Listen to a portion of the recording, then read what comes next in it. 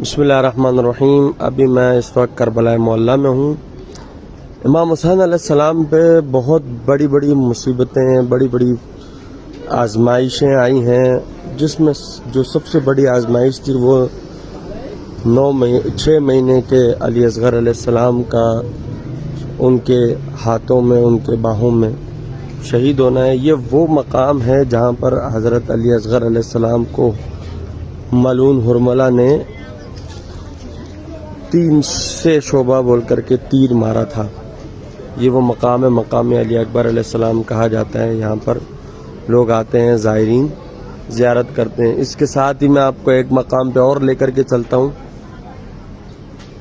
وہ دوسرا جو مقام ہے وہ ہے مقام علی اکبر علیہ السلام۔ یہ بھی بہت ہی سخت مقام ہے کہ جہاں پر حضرت علی اکبر علیہ السلام جو کہ 18 سال کے تھے اور شبیہ پیغمبر تھے، رسول اللہ کے شبیہ مبارک تھی۔ یہ مقام علی اکبر کی طرف یہ روڈ جا رہا ہے، یہ جگہ، یہ گلی جا رہی ہے۔ تو ابھی ہم کربلا کی ان گلیوں میں موجود ہیں۔ یہاں پر جو ہے وہ چیزیں ملتی ہیں، تسبیح، خاک شفا، خاک کربلا، اور یہ ساری چیزیں ملتی ہیں۔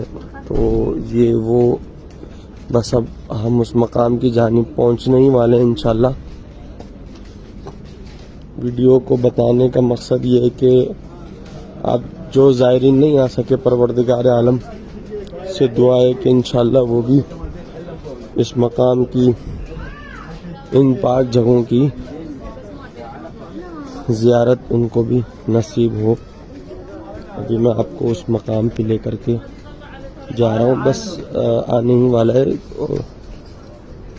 اس مقام پر مولا علی اکبر علیہ السلام کے سینے پہ برچی لگی اور پھر امام حسین نے وہ برچی کا پھل نکالا تو ان کی روح پرواز کر گئی اور ہمیشہ ہمیشہ کے لیے وہ امر ہو گئے، لوگوں کے دلوں میں زندہ رہ گئے۔